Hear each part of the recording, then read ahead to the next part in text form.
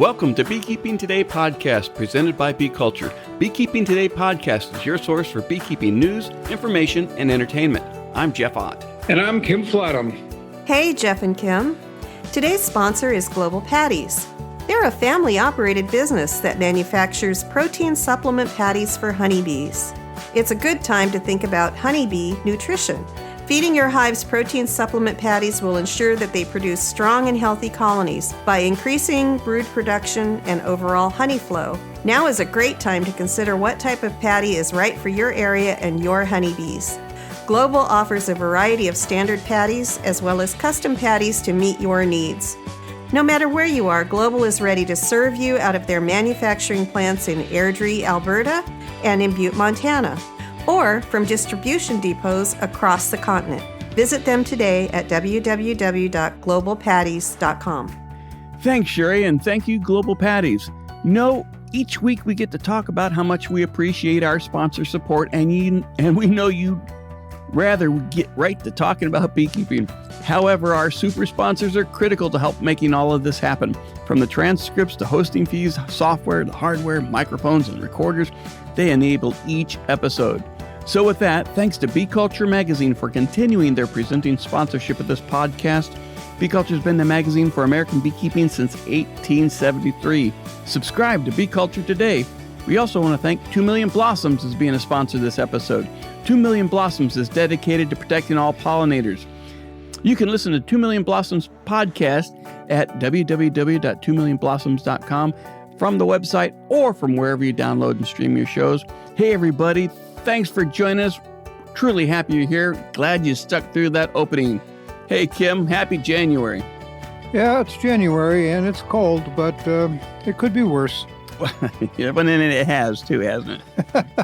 I'm actually rejoicing right now. We yesterday and today, it's been in the 50s, and the bees are out.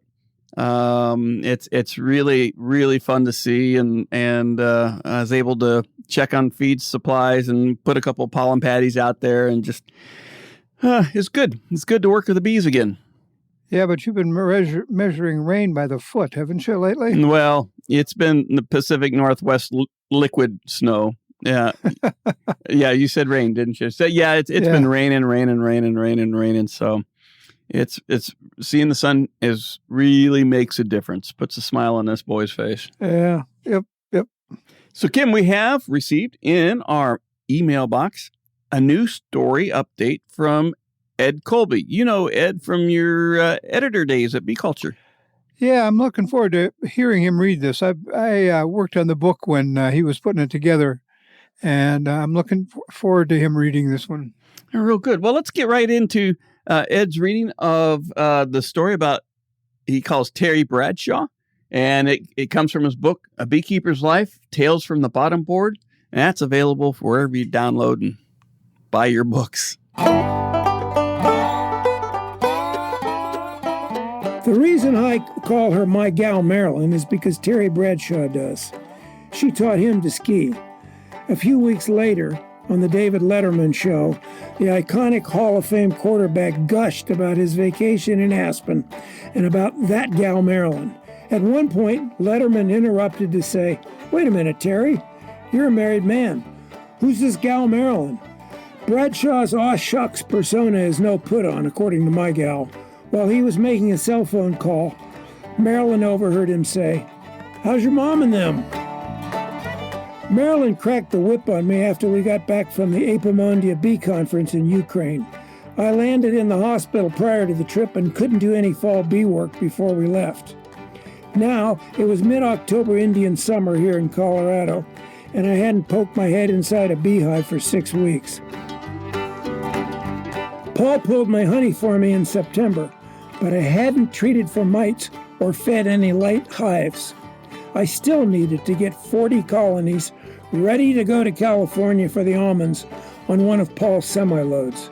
I wanted to get going because you never know when old man winter's going to show up around here. Experience taught me long ago that the bees always have to come first. Once upon a time, I went to Santa Fe for the weekend. When I got back, half of the queens I'd left on the kitchen table were dead. You never forget something like that. I was scheduled to speak on the bus tour on the last day of the conference. The bus tour featured a visit to the tiny, historically Hispanic communities in the rugged mountains on the high road between Taos and Santa Fe, highlighted by a visit to Melanie Kirby's Zia Queen Bee Farm. The lunch stop was at the Santuario de Chimayo, an early 19th century church. Pilgrims believe that holy dirt from a hole in the church floor heals the sick. Some believers eat that dirt. You should rub some on your bald head, Marilyn said. At the community theater in Peñasco, I gave my talk about our adventures in Ukraine. But first, I had a little surprise for the audience. I pulled out a frame of new comb riddled with textbook American foul brood. There were puddles of goo in the bottoms of cells, so you could do the ropey test. You dip a matchstick in the goo, and when you pull it out, the goo sticks to it and stretches like mucus. There was dried up scale in the bottoms of cells. The capped brood cells were sunken and shot with holes, and it was all easy to see because it was in new white comb. I handed the frame to someone in the front row and told her to pass it around. Because you can talk about American foul brood all you want, but you really have to see it. Then you don't have to send off samples to labs or wonder. Once you've seen it and smelled it, you don't forget. So I thought my sample might be a rare educational gift for some. I dived right into my talk, which had nothing to do with American foul brood. But I wasn't very far into it when a gentleman raised his hand. He suggested that my sample was an inappropriate gift because by virtue of handling it, folks might transmit the bacteria to beehives. This struck me as far-fetched, like catching AIDS by shaking Magic Johnson's hand. We weren't even looking at bees that day. I brushed off his remarks and kept to my topic, but did I detect a pulse of alarm ripple through the crowd? Outside in the sunshine after my talk, I saw beekeepers talking animatedly as they examined my frame, but some stood back, as if it might be radioactive or maybe harbored Ebola virus. I thought somebody might want to keep my specimen for reference, but before the bus took off, a woman handed it back to me, wrapped in its original plastic bag. "We didn't know what to do with it," she said. Well, I didn't know what to do with it either, so I brought it home. It's still wrapped in that plastic bag in my closet. Back in Colorado, Indian summer droned on for weeks. Then one stunning blue sky late November day, I did a final round of sugar syrup feeding. That night it snowed 17 inches. A couple of nights later, the mercury dropped to single digits. Old man winter was here. Well, Ed's quite a character. Oh, that's putting it mildly. Yeah, he's entertaining and he's fun to be around, and he tells a good story. He tells a good story. He learned that somewhere, and every one of his articles and every one of the things that he's reading now tells a good story. Sure does. Well, I'm glad that he's able to participate and send us updates as they go along, and I look forward to hearing some more throughout the spring. Yep. All right. Today we have an interview with Jay Williams.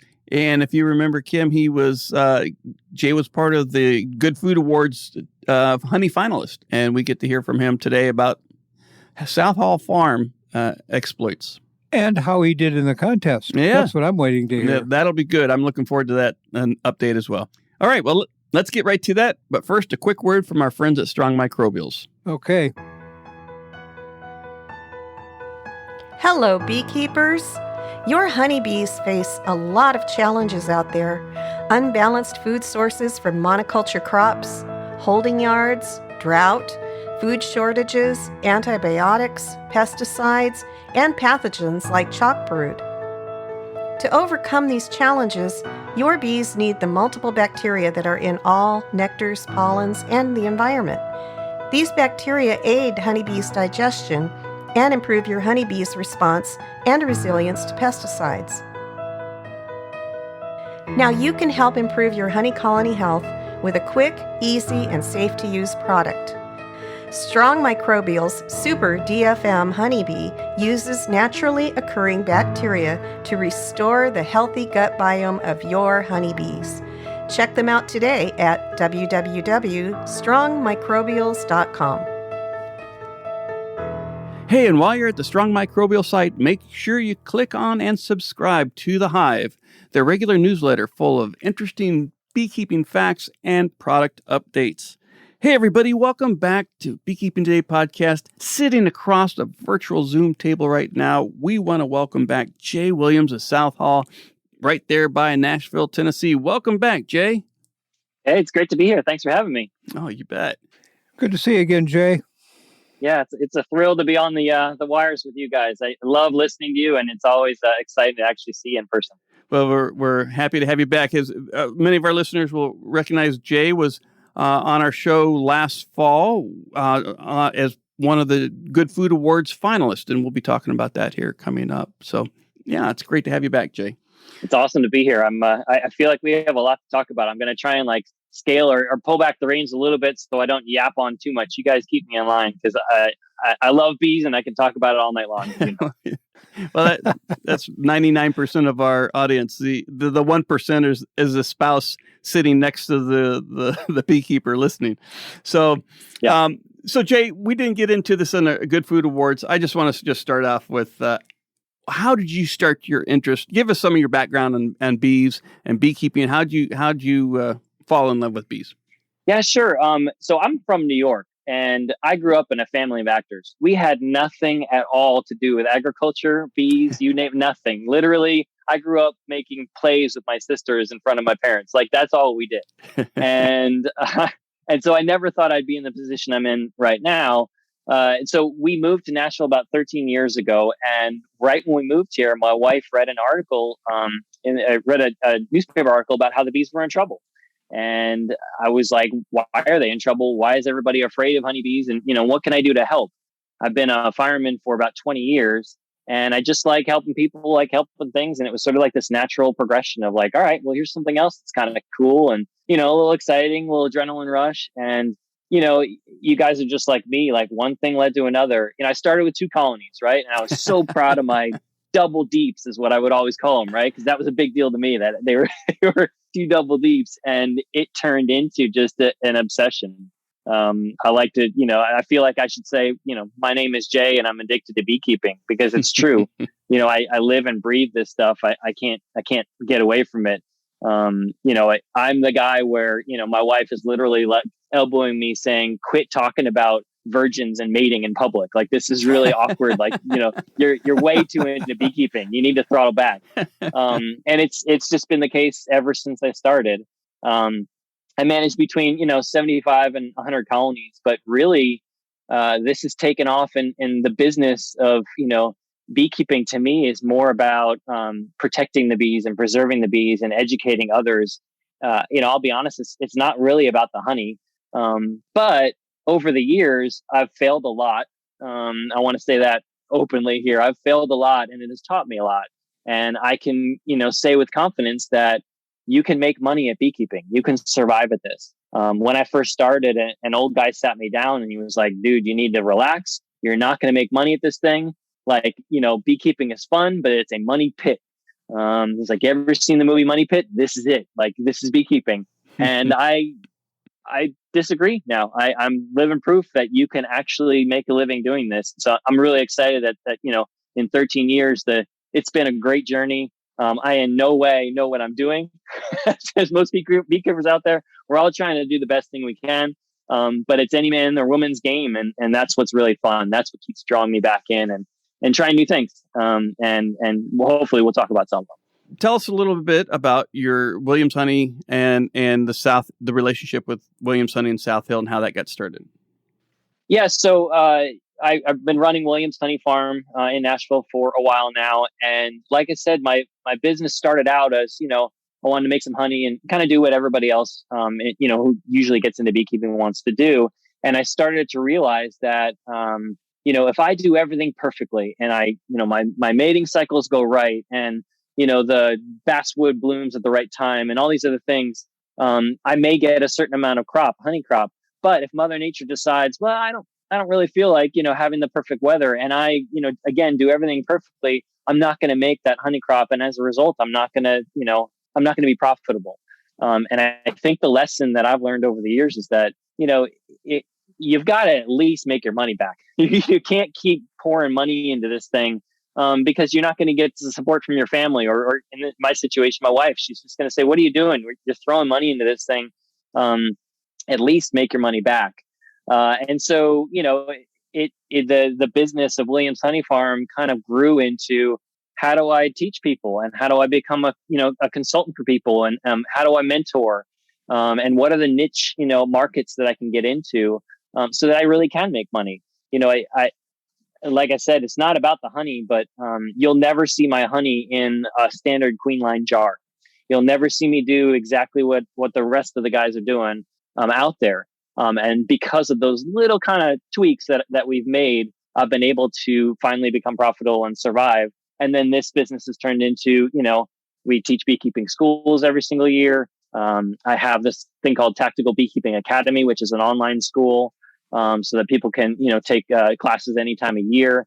And then I've really tried to take technology and use it to my advantage to reach as many people as possible, beekeepers and non-beekeepers, believe it or not, which is an important distinction to make.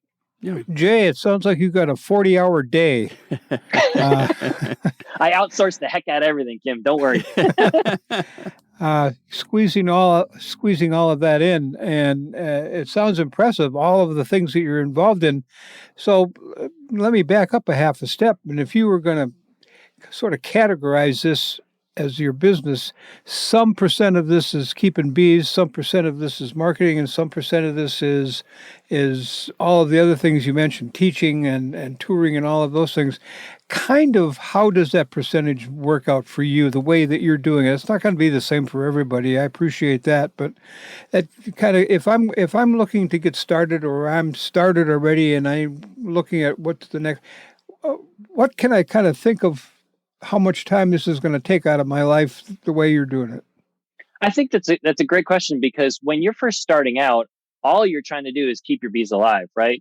I mean, all you want to do is make it through that 18 months or so where you can get to your honey crop and have, some jars to pass on to your friends. And that's, the bulk of your time. And I feel like, I guess my week or my month, or however you want to describe it, I would say really in the end is about 30 to 40% actual beekeeping. The same, if not more, of consulting or teaching or mentoring or just coaching. And then, the rest of it is marketing.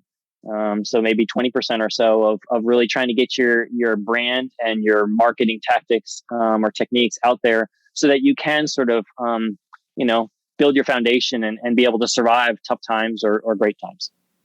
Well, the number of hives that you're running, what did you say, 75 to 100 colonies? About 75 to 100, yeah.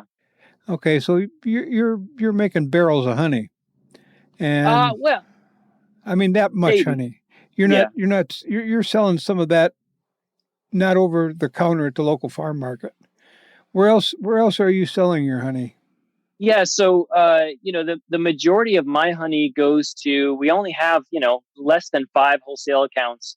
A lot of people actually buy our honey and we ship it, but I only ship it usually within the state of Tennessee, because the majority of people, as you know, they want local honey. So really, in the end, a lot of my stuff, I can handle the selling of my honey at night when the kids go to bed, or on an off day or whatever, because I'll package it up in my shop and just ship it out in the mail. But the wholesale customers are great, because they give you a little bit of street credit, so that people know you're local and know that you're around here. And really, I may be jumping ahead, but where you make your money is, a wedding comes in and they say, we want 300 honey vials that are 1.5 ounces each, and we want our name on the side of the honey vial, or honey straws. If you heard of Publix supermarkets, I'm in 60 Publix supermarkets right now with our honey straws across the Southeast. That may sound like just some massive operation, but in the end, you want to get down to the details. I make 4,400 honey straws in a single 5-gallon bucket of honey. So you can get your name out there with a tiny little bit of honey, and still turn a pretty good profit. Your ROI is very, very good for a smaller, quantity of honey, with a good message and a good packaging and a story.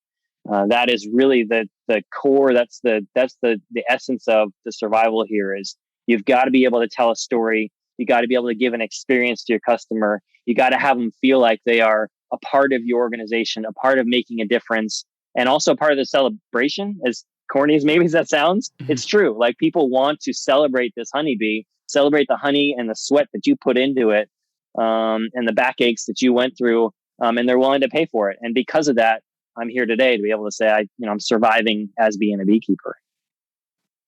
You said you have kids going to sleep at night. Are they any part of your business yet? They help. They help bottle honey in the shop.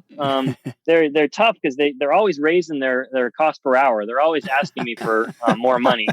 I think that might be mom kind of coaching them a little bit, but yeah, they're doing great. If you follow any of our social media stuff, they're always wanting to, play around in bee suits and hang out with the bees and stuff like that.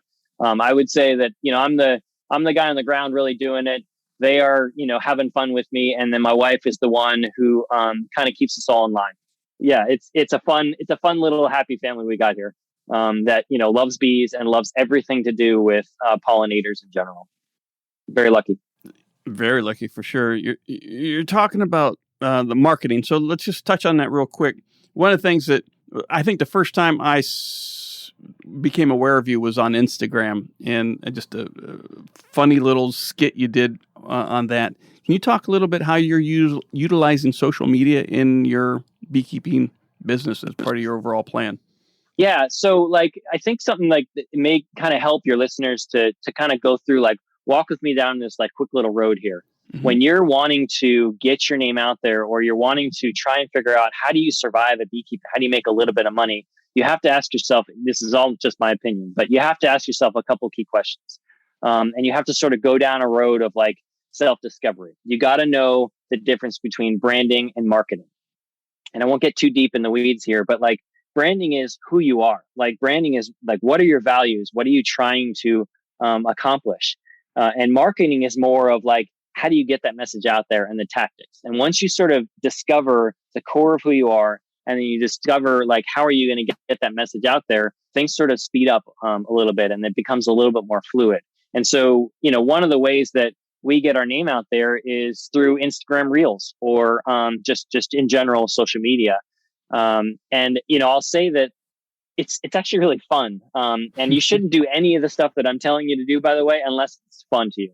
You don't want to get down into this thing and just feel like it's another job or another responsibility. You got to have fun making these silly reels. And, full disclosure, I'm not saving the world with my, my Instagram reels. I'm not trying to do anything other than enjoy bees and try and share the love for them. But I never thought that, a silly Instagram reel of me singing some trendy song for 15 seconds and then, falling down in the end, it's literally getting 15,000 views these days. And right after I put out a reel, I notice a bump in our online sales. That can lead to appearances where people want you to give a talk about bees, or show up at a fair or a festival or something. So appear on a podcast. Yeah. Those things kind of have fingers that kind of take over and really kind of can dictate, successes or where you're going to try and go in your career. Oh, definitely. Yeah. You're quite the dancer too. You have some terrible moves. Dancer. You have some moves.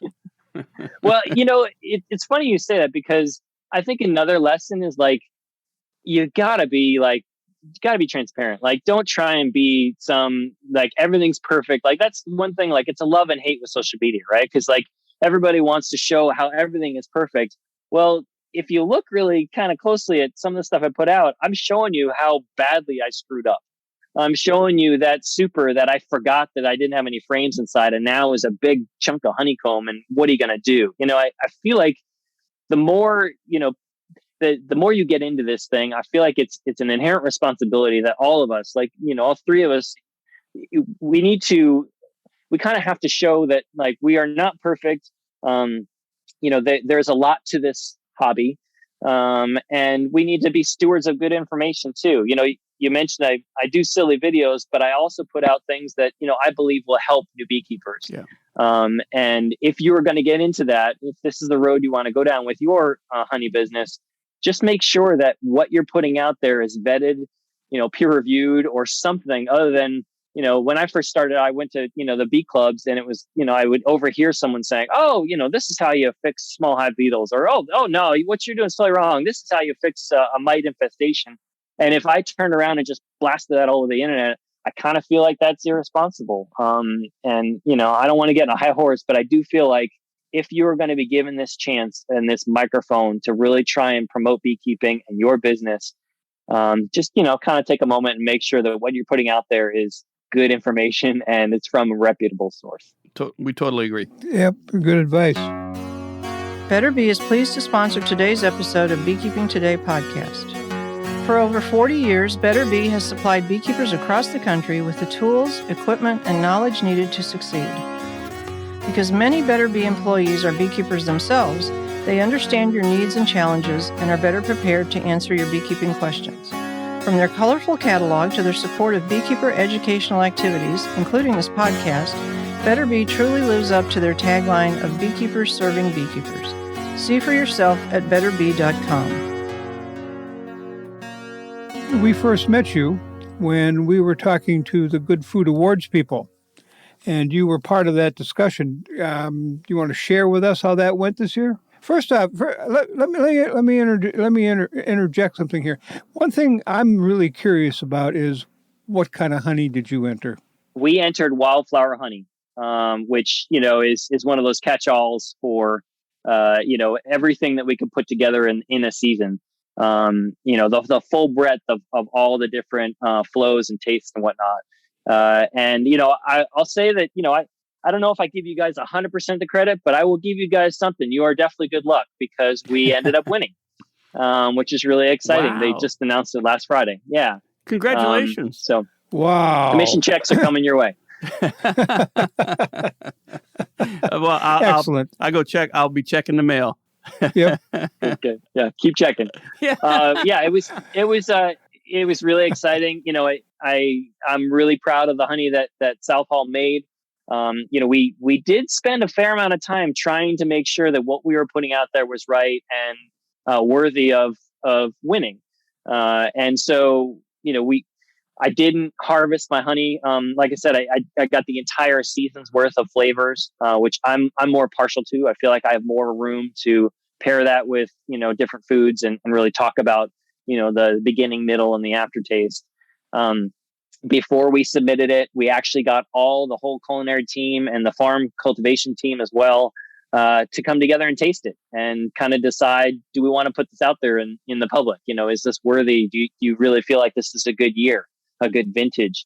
So everybody tasted it together and then bottled up 3 jars and sent it off, and fingers crossed. And we got super lucky, and we, got fairly good notes back from the tasters.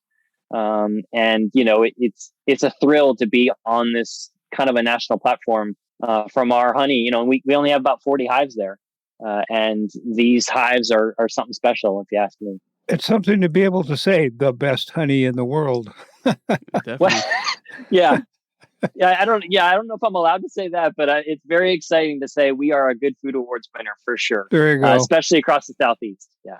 And it was extracted honey too. When you prepared your honey, did you, through the season, you said it's all through the season, did you collect everything by month, or did you just put everything into one? How did you prepare it? Great question. So, our season here in Tennessee, technically about mid-April or so is when it, kind of kicks off. May 1st is when the locust really gets going. And it ends usually by about the end of June with the basswood. So that entire flow was, kind of scattered obviously throughout the honey supers. And then I extracted everything at once on about July 5th or July 6th or so. Let it sit for a little while, steep or whatever you want to call it, and then filtered it through a 600 micron filter. So the minimal amount that I could, so that there was still some good pollen in there. Mm-hmm. It was not clear. It was cloudy honey, which is, in my opinion, better honey because it's got some good stuff in it. It hasn't, kind of been stripped of all the good stuff. And then literally that's it. You bottle it up and send it off. With the Good Food Awards, that you don't have to worry about your labels or, the stuff that your standard honey competitions where there's no honey on the lid and all that. It's really just about the taste, which is kind of cool. Yeah, no fingerprints on the label, no perfect glass. Yeah. Oh, that's horrible. I hate that. My kids could bottle it all. No one cares. Yep. That's right. Well, one of the things we haven't talked, and you mentioned it, and I do want to understand better what you're doing there at South Hill and the relationship with Williams Honey and South Hill Farms, and the whole operation as that goes. Yeah. So, like I mentioned, Williams Honey Farm over the past 13 years kind of has grown to teaching, queen production, really things that are really fun and stimulating. And I started working for South Hall Farms about 5 or 6 years ago, just as their beekeeper on the side. And we started with just 10 colonies or so. And it's a farm-based resort. It's a luxury resort that actually is set to open in June of 2022, and it's on hundreds of acres. And really, it's an amazing little gem of a property and a project, because they are trying to kind of return to a sustainable and a traditional Southern hospitality model. So people will come in and stay in amazing inns or cottages in the hills, like tree houses. And then while they're there, they can go on apiary tours with me. We will do honey tastings. We have the highest all-star culinary team around. So we will pair, our honeys with certain products that are either grown on the farm or sourced locally from around town. So it's really a collaboration of really good chefs, really good farm team that we all support each other. There's quite an extensive pollination program. That's actually what I've been hired to do full time now, is be the pollination program manager for South Hall. And that will mean that I have to not only take care of, a bunch of honeybees, but also manage their native bee populations. So mason bees and leafcutter bees, also manage their butterfly breeding, make sure that, we have enough foliage, nectar producing sources around the property that not only helps the bees, but also teaches and provides an educational environment to everybody who visits South Hall. There's something called the signal tree that we have there, which is like, the red bud, right? Well, the red bud is now going to give us a signal that it's a certain time of year. We have to do certain things in our bee colonies.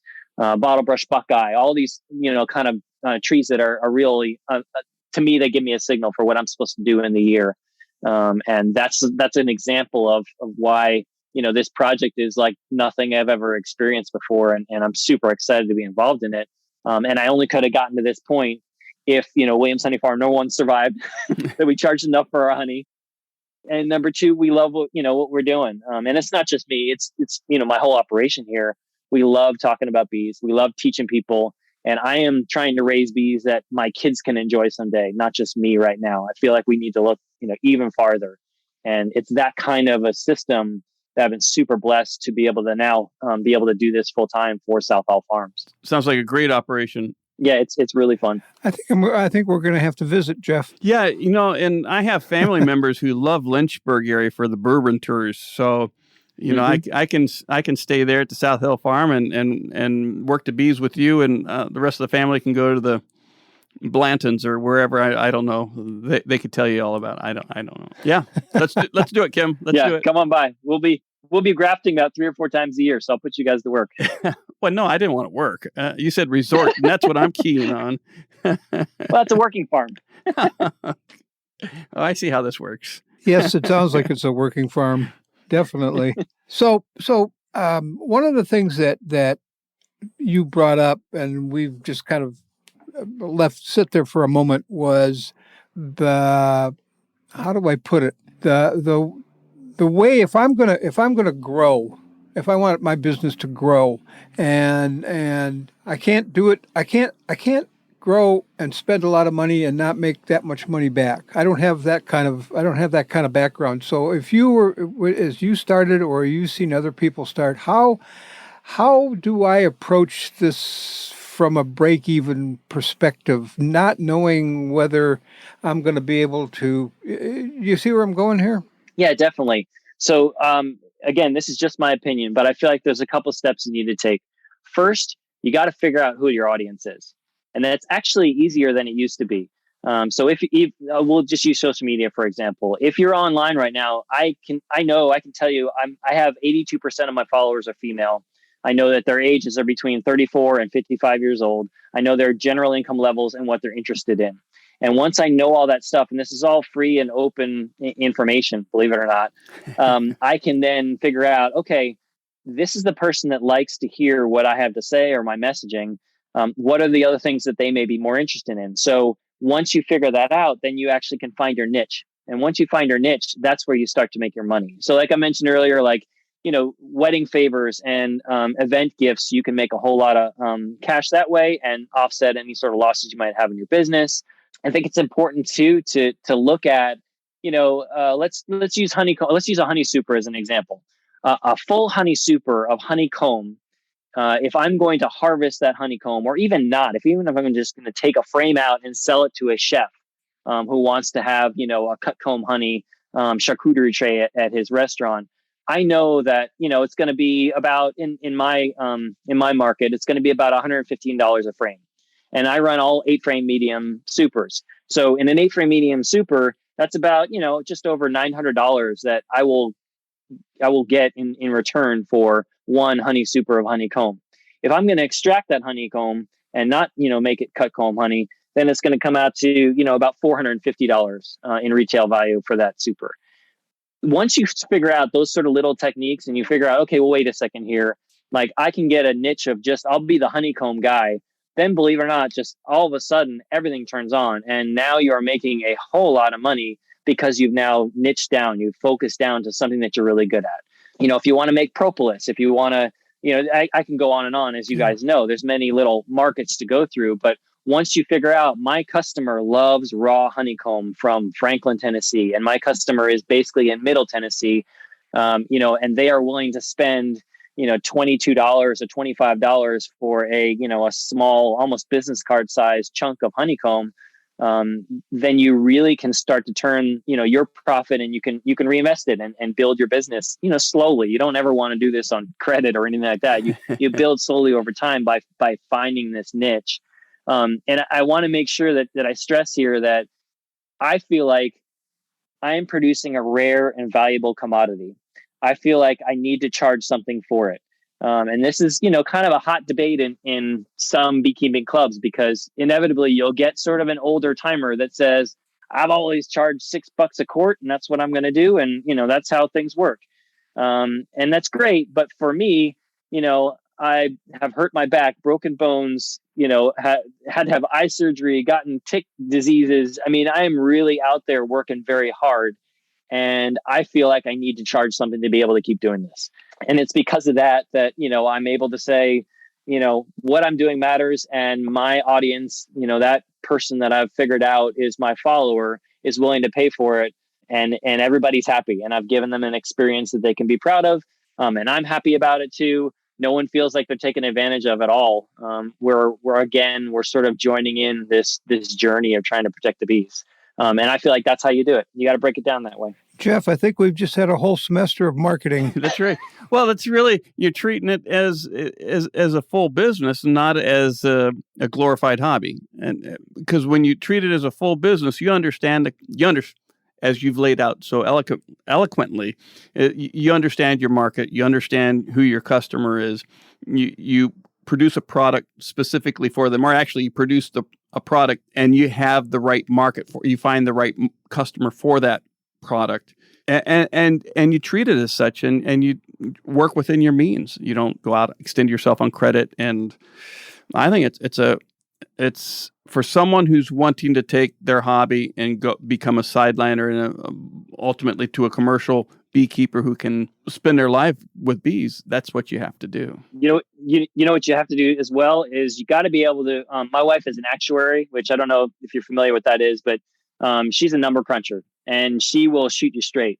And if you are not making money at something, or something is taking too much of your time, and you think it's the best idea in the world, you got to be cutthroat about it. And she is a perfect partner in this. I used to think that chapsticks were the best thing in the world, right? Lip balms. It cost me It cost me around 80 cents to make a lip balm tube, and I would charge, $4, and people would happily buy it all day long.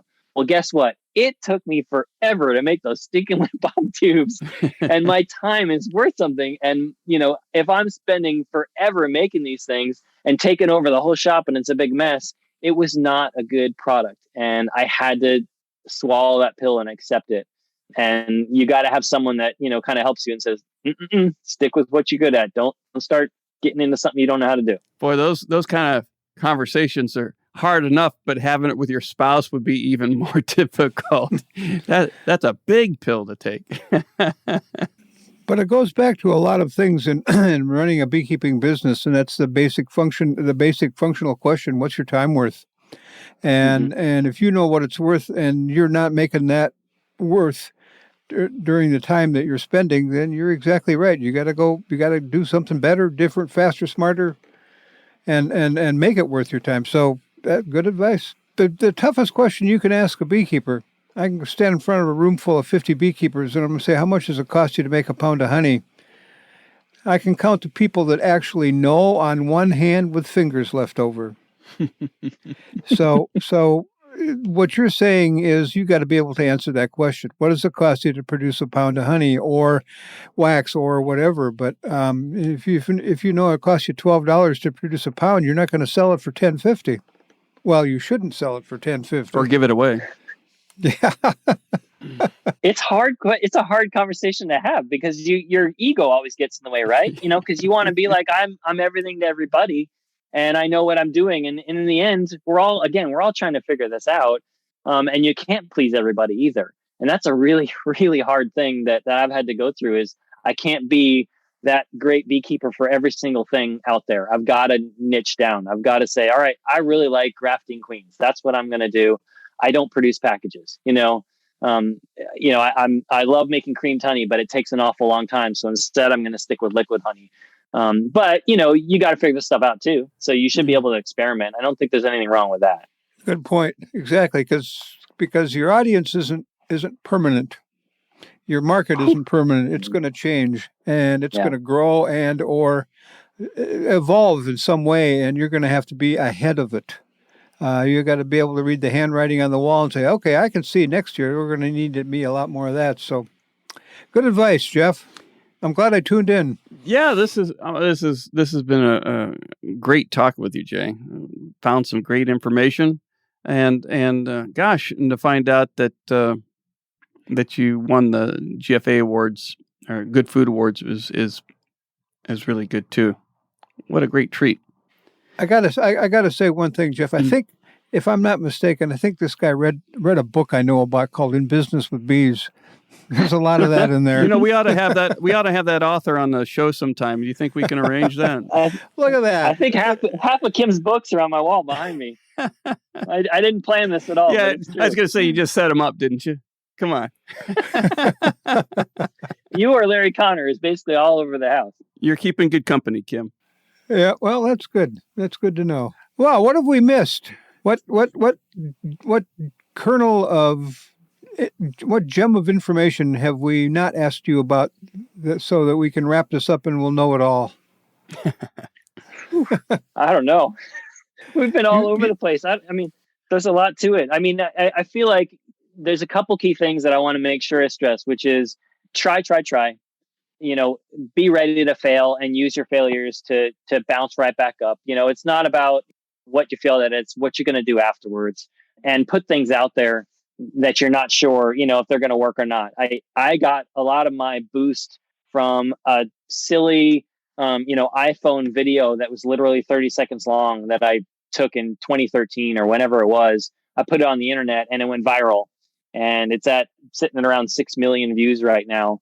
And it's literally just some slow motion bees in a field. And I bring that up because you never know what you're going to find by just putting things out there and experimenting with your bees and showing the world how much you love them.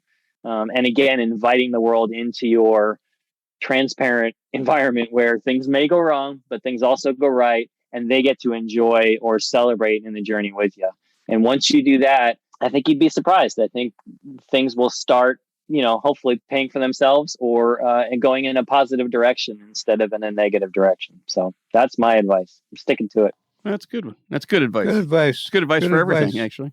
Jay, this has been fun and certainly, I'm going to say profitable. That's a double-edged sword here, how to make money and how to learn how to make money. So thank you for being with us today. Congratulations on winning the Good Food Award honey contest. I look forward to tasting some of this.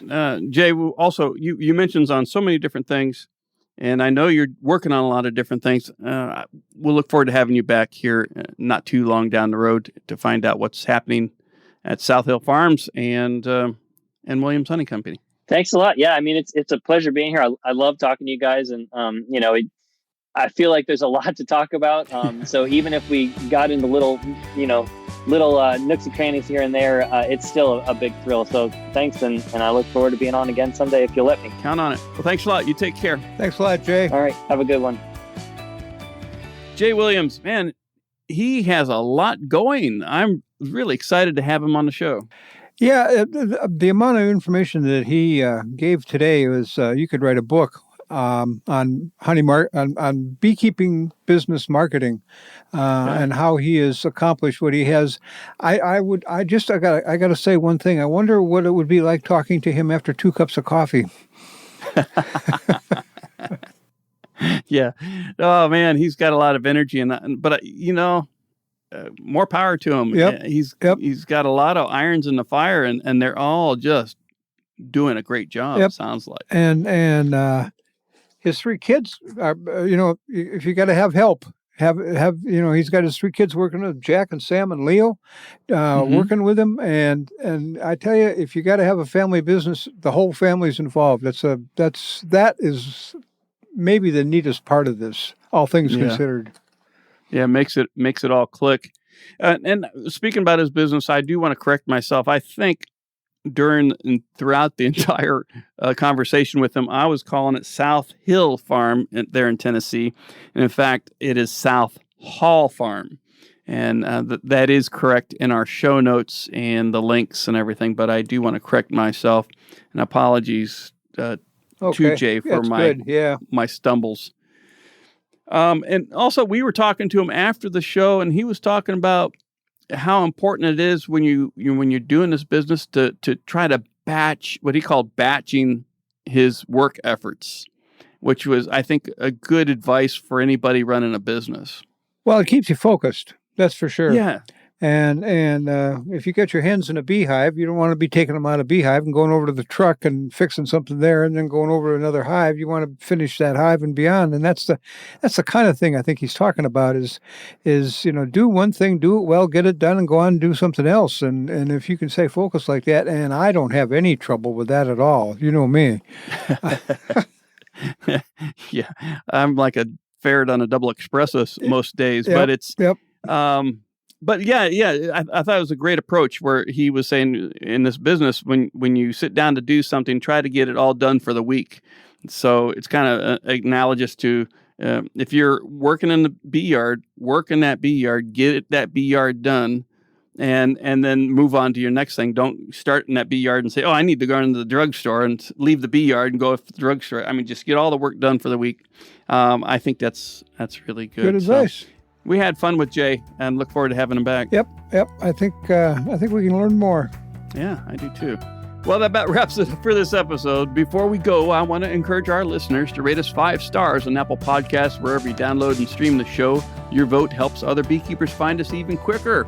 Even better, write a review and let other beekeepers looking for a new podcast know what you like. You can get there directly from our website by clicking on reviews along the top of any web page. As always, we thank Bee Culture, the magazine for American beekeeping, for their continued support of Beekeeping Today podcast. We want to thank our regular episode sponsor, Global Patties. Check them out at www.globalpatties.com. We also want to thank Strong Microbials for their continued support of this podcast. Check out their full probiotic line at www.strongmicrobials.com. We want to thank Better Bee for joining us as a supporter. Check out all their great beekeeping supplies at www.betterbee.com. And finally, and most importantly, we want to thank you, the Beekeeping Today podcast listener, for joining us on this show. If Feel free to send us questions and comments at questions@beekeepingtodaypodcast.com. We'd love to hear from you. Anything else, Kim? Yeah, don't be afraid to share either. You got somebody that, the advice that you heard today on this program should be shared with every beekeeper you know, I think, just because it's good, solid marketing advice. So hit that share button and send it along to your friends. Absolutely. Sharing is good. All right, Kim, thanks a lot. Thanks, everybody.